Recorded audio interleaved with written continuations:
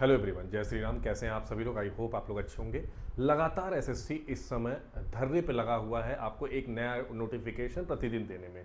उसी कड़ी में एक नया नोटिफिकेशन आ चुका है एसएससी एमटीएस का। आपको मैं बता दूं, स्टेनो का, एसएससी सिलेक्शन पोस्ट का, सीएचएसएल का और सीजीएल के बाद अब एमटीएस का लगभग 4 से 5 नोटिफिकेशन, मतलब अक्टूबर तक की जो प्रीलिम्स के एग्जाम है वो लगभग क्लियर हो चुके हैं। फिर आपको सीजीएल का मेंस मिलेगा दिसंबर में, और वहीं जनवरी फरवरी के आसपास में आपको मिल जाएगा सीएचएसएल का मेंस। ठीक है, उसके बाद फिर वही एमटीएस का आपको रिजल्ट और ये सारी प्रक्रिया लगातार आपको मिलना शुरू हो जाएंगी। जनवरी से रुझान आना शुरू हो जाएंगे। उसी रुझानों में बात करेंगे एमटीएस का जो आया है उसमें डिटेल की क्या क्या चीज़ें, एक मतलब आप लोग को एक होता है ना कि भाई कब एक क्रॉस डेट क्या है, फिक्स डेट क्या है, वो सारी चीज़ें इस पर हम लोग बात करेंगे। तो सबसे पहला है कि अब जो ऑनलाइन एग्जाम डेट का है आपका 26 आज से लेकर के 24 जुलाई तक ये आपका फॉर्म फिलिंग होगा, पहली चीज़। दूसरी चीज़ आप ये भी याद रख लीजिएगा कि भाई लास्ट पेमेंट का जो डेट है वो 25 है, लेकिन आप लोग कोशिश करिएगा, मेरा एक टारगेट रहता है कि 15 जुलाई तक आप लोग कंप्लीट कर लीजिएगा, 10 दिन पहले, क्योंकि एसएससी का भरोसा नहीं, कोई सर्वर का इशू आ जाएगा, कुछ आ जाएगा। ओटीआर कर ही चुके हैं, भरने में क्या जा रहा है। कमेंट बॉक्स में बताइएगा किसी को कोई इशू अगर आएगा, और टेलीग्राम चैनल का लिंक भी दे दूंगा, वहां पे कुछ आएगा तो 1 to 1 में भी हम लोग डिस्कशन कर सकते हैं। पहली चीज, डेट जो है वो करेक्शन के लिए है 29 से लेकर के 31, जरूरत ही ना पड़े ऐसा आप लोग करिए। एग्जाम का जो शेड्यूल है ना वो है 20 सितंबर से लेकर के 24 अक्टूबर तक, मतलब तकरीबन एक महीने से ज़्यादा एग्जाम चलेगा। आपको पता है कि सीएचएसएल में तकरीबन 50 लाख बच्चे फॉर्म भर देते हैं, और उस 50 लाख को टैकल करने के लिए भाई एक महीने से ज़्यादा लगता ही है, और वही हाल सीजीएल में भी होता है। फिर वहीं अगर मैं बात करूँ, कोई टोल फ्री नंबर अगर चाहिए जो कि कभी लगेगा नहीं आपको, जब जरूरत होगी, तो वो यहाँ पे दिया हुआ है।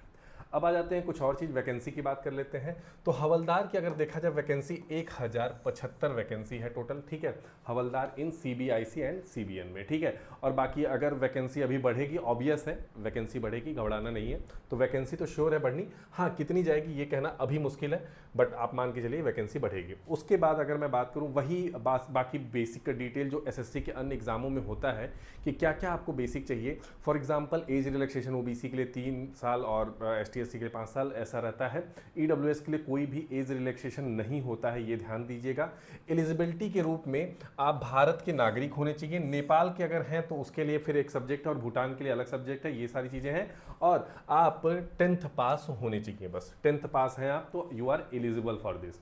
अच्छा, एज कब से कैलकुलेट किया जाएगा? तो एज कैलकुलेट किया जाएगा आपका 1 अगस्त से आपका एज कैलकुलेट किया जाएगा, और उसी कड़ी में 18 से 25 तक वाले जो हैं कैंडिडेट, वो लोग जो 2 अगस्त 2000 के पहले पैदा हुए हैं वो लोग नहीं एलिजिबल होंगे, और 2007 के बीच में होने चाहिए। ठीक है, 2000 से 2007 में। और वहीं जो 18 से 27 तक वाली एलिजिबिलिटी है उसमें 98 से लेकर के 2007 होना चाहिए। ये ध्यान रखिएगा, ये बहुत इंपॉर्टेंट है। जिसका डेट ऑफ बर्थ 2 अगस्त 1998 से पहले आता है वो जो 27 साल के हैं उसमें एलिजिबल नहीं होगा, और वो जो 28 से 25 तक में जिसमें एलिजिबिलिटी है, जिसकी एलिजिबिलिटी 25 साल है, सन 2000 में 2 अगस्त के पहले उनका पैदाइश अगर हुआ तो नहीं काउंट होगा, वो नहीं फॉर्म भर सकते हैं, जनरल कैटेगरी की बात करें। वहीं अगर मैं एज रिलैक्सेशन की बात करूं तो 5 साल आप अगर SC/ST से हैं, मतलब जहां पे 1998 है वहां पे अब आप 1993 कर सकते हैं। ठीक है, उसके बाद वहीं अगर मैं बात करूं जहां पे आपका 2000 है, वहां पे आप क्या कर सकते हैं, वहां पे 1995 तक वाले बच्चे एलिजिबल हैं। वहीं ओबीसी की बात करें तो 3 साल का एज रिलैक्सेशन मिलता है, तो मतलब जहां 28 होगा और 30 साल तक एलिजिबिलिटी यहाँ पे हो जाती है। और अन्य आप कैटेगरी वाइज देख सकते हैं कि अगर पीडब्ल्यू कैंडिडेट है अनरिजर्व और ईडब्ल्यूएस से उसे 10 साल का मिलता है। अब बाकी अन्य कैटेगरियों का देख सकते हैं, कोई इतना जरूरी नहीं है। मेजर चीज़ें मैंने आपको यहाँ पे इन्फॉर्मेशन दे दी है। ठीक है, तो रही बात वैकेंसी की, एग्जाम डेट की, और उसके बाद सबसे इंपॉर्टेंट जीके की क्लास की। जीके की क्लास अब मैं इस नए चैनल पे लूँगा। जो लोग मुझे पहले से जानते हैं उनके लिए मैं बता दूं कि मैं टेक्स्ट बुक में बहुत ही समय तक पढ़ाया भी हूं। आप लोग मेरा नाम सर्च करेंगे Surya sir text book YouTube पे तो मेरे वीडियोस मिल जाएंगे आपको पुराने। एसएससी सेवा मेरा ही चैनल था, उस पर मैं पढ़ा रहा था, पर कुछ वजह से चैनल बहुत मोनेटाइजेशन और सारी चीज़ें उसकी बंद कर दी गई। और बात मोनेटाइजेशन की नहीं है, वो इंप्रेशन ही नहीं जा रहा था, लोगों के पास चैनल व्यू ही नहीं जा रहा था, इसकी वजह से मुझे इस चैनल पर शिफ्ट करना पड़ा। तो जो लोग नए हैं फटाफट से चैनल को सब्सक्राइब कर लीजिएगा और मैक्सिमम लोगों तक ये बातें पहुंचा दीजिएगा। फटाफट से ये नए कोर्स शुरू होने वाले हैं आपको फ्री में यूट्यूब पे मैं कोशिश करूंगा कंप्लीट जीके की तैयारी कराऊं। धन्यवाद। जय हिंद, जय भारत। रही बात सिलेबस पैटर्न की तो उसके लिए एक सेपरेट वीडियो मैं बाकायदा बनाया भी हूँ और एक बनाऊंगा भी, जिसमें आपको सारी जो आपकी जानकारी है जिससे रिलेटेड है वो सारी चीज़ें वहाँ पर कंप्लीट कराई जाएंगी। धन्यवाद। जय हिंद, जय भारत दोस्तों।